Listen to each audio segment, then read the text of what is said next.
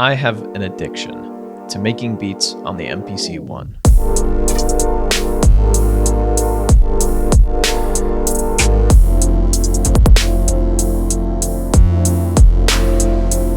Seriously, I've been doing this YouTube thing and I want to give a focus to a variety of gear, and I have too much gear back there on that shelf, and a lot of it I don't use all that often because every time I get the itch to make beats, I just instinctively grab the MPC One and go for it. And no regrets. So I've got 2 beats I want to walk you through, and as always, hopefully this gives you some insight into the process and some inspiration for the next time you sit down to make beats. All right, so we've got the beat that you heard in the intro, which I'll get into in a bit, and then this beat.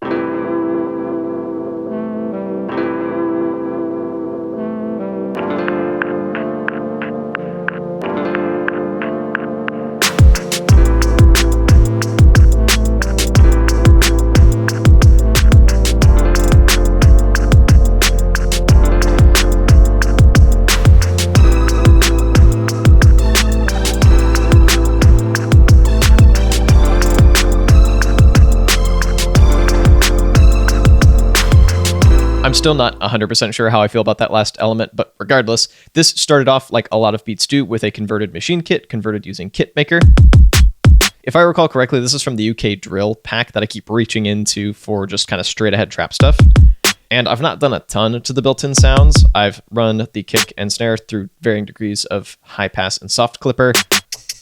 I've turned this down and cut a bunch of lows on it. Same deal with your hi-hats are always too loud, remember that. And so I have turned my hi-hats down preemptively.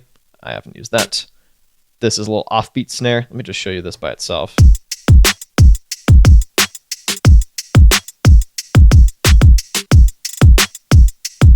So I've got this one really anchoring the beat, and then this dinkier hi-hat can be the one to take on your hi-hat rolls. Pretty straightforward.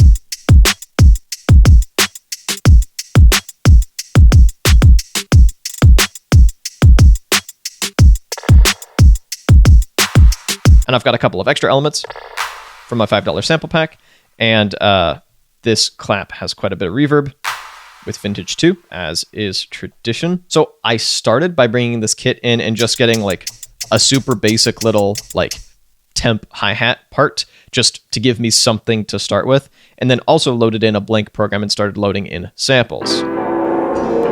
Most of which I didn't end up using. I wanted to give myself some options of just ooh, that sounds nice.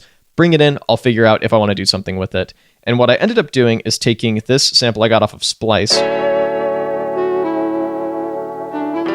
and going for the kind of chill vaporwave meets trap vibe. So I pitched it way down by 9 semitones and also turned on warp. So I fed it the correct BPM, and then I've slowed it down to get basically what I heard in that original loop. I heard that original loop and went, I could turn it into this. And this ended up being.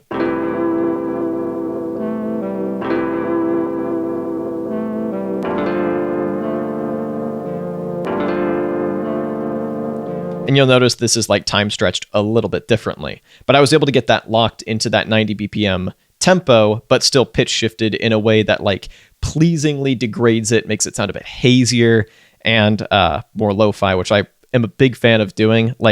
Pitching stuff down as a thing is my favorite thing to do when beat making these days. And in this case, I didn't even bother with lazy chop, and these days I just kind of don't for simple chops. Instead, I'll choose to okay, I've got my first chop, I've got pitch shifting and time stuff relatively where I like it, and I know where I want my other chop to be halfway through the sample. So just hold down copy, select the pad you want to copy, drop it into where you want it to go. And it's already got my time stretching and pitching settings baked in. In this case, I changed the stretch to just a nice even 200%, and then tried to lock in right to this bit of the grid. So I had my pattern, I recorded that in over my hi-hat part, and that informed what the hi-hat rolls and percussion bits and the kick and snare pattern ended up being. And so it's this kind of circular iterative process that led to, in its most basic form, with this nice little kind of bounce to it. Add to that this little percussion bit, which is just there for like texture. This is another machine kit that's just full of like little sound effect stuff, and I've processed it quite heavily. Because like as is, it sounds kind of dumb. Compressor, just to even everything out. Flavor is the thing doing a lot of heavy lifting with a bit of distortion, flutter, noise, and then this earbuds setting. Listen to what this does. That's what like sold me on this part needing to exist. And then I just went and cut some lows, boosted some highs.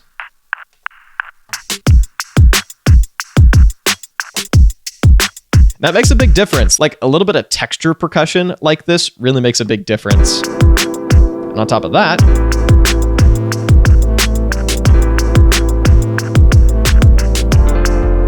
nothing too crazy here, just a key group program with a Ramzoid 808 loaded into it, and then a little bit of EQ, and that's it. And of course, the customary octave jumps, because you have to. Just following what the sample's doing.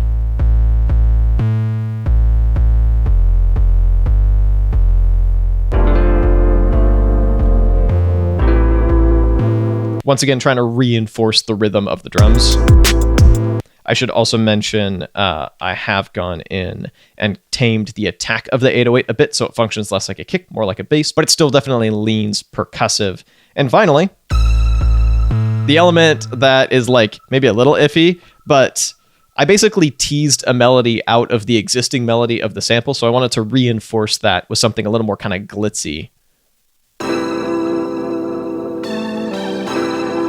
So this is just a basic tube synth preset that I've modified a bit. I've like brought the filter down and modified the envelope behavior.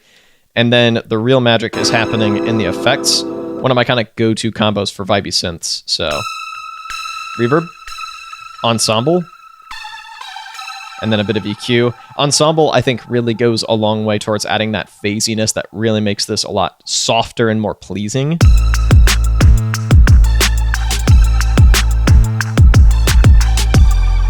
So that's the first beat. Let's get into the second.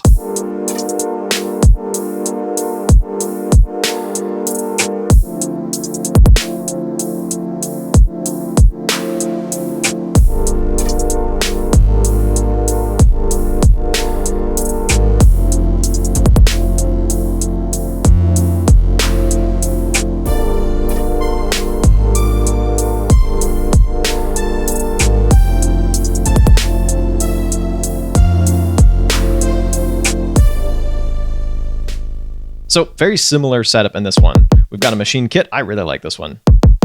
Like I've modified very little about this one, except of course for turning the hi-hats down. I have also, let's just mute this, done some fun kind of triplet hi-hat and even little kick rolls. You'll hear that. Wait for it. Kind of following the hi-hat roll, which I think is kind of neat. Got this little offbeat snare, main snare, and then I have gone in, you hit shift automation to turn on automation read, and then any knob you turn while playing will get automated. So I did that with the hi-hats pitch, and I think that kind of brought it to life a bit. And in this case, I started with this drum beat with no context, just went in, made some drums, and then did the same thing of pull up an empty program and just start loading in samples. I've ended up muting that because there's only one sample from it that I ended up wanting to use that I ended up loading into this key group program. And that's this just like one-shot chord thing that I have pitched up and down. And this is enough to just get a vibe. Like I am 100,000% all for like using your music production gadgets to make full songs, like make something that has like a full structure and takes your listener on a journey and all of that. Like genuinely, I'm a huge advocate for like encouraging people to do that. However, I think there's also a beauty in making what's essentially just kind of like a static little beat, more of a vibe than an idea, if that makes sense. Like I listen to that kind of stuff while studying or working all the time. And I think there's absolutely a place for just like 1 minute little beats that you throw onto a beat tape or like theoretically could have some bars spit over it that capture more of a feeling than a concrete musical idea.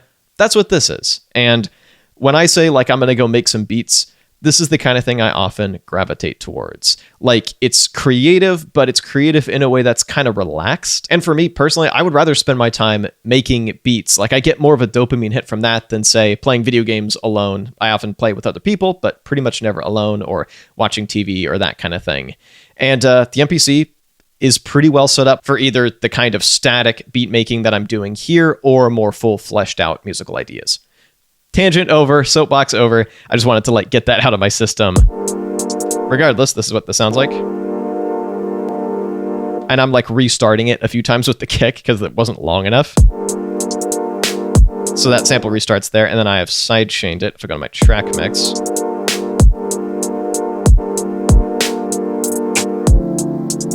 Reverb. EQ, cut some lows. Ducker, which the kick is sent to. And then once I've got my basic idea, it's time to start building. So I've done a second percussion track that's just another machine kit that I just loaded in while I was loading stuff in. So that's just a bunch of extra little percussion. There's that cross stick and clap from my sample pack. You'll hear in a second. With a bunch of reverb on it. Just anything to add like little bits of ear candy. It all adds up. This 808's probably like a little bit too low, but I will note, it's the exact same 808, this time with 2 levels of distortion on it. Diode clip and tube drive. Once again, following the sample. And finally, this little melody thing. It's processed very similarly to the first beat I showed you, but with a different source. This is a keyboard program with a sample from my OP1. Quite a while ago, I designed a sound on the OP1. That's just this basic, like, kind of deliberately digital sounding little one-shot. There's ensemble again. Granulator, pitched down and reversed. Reverb. And then just get rid of all that mud. And as is the case with the other lead, I'm not completely sure how I feel about it, but I think it works.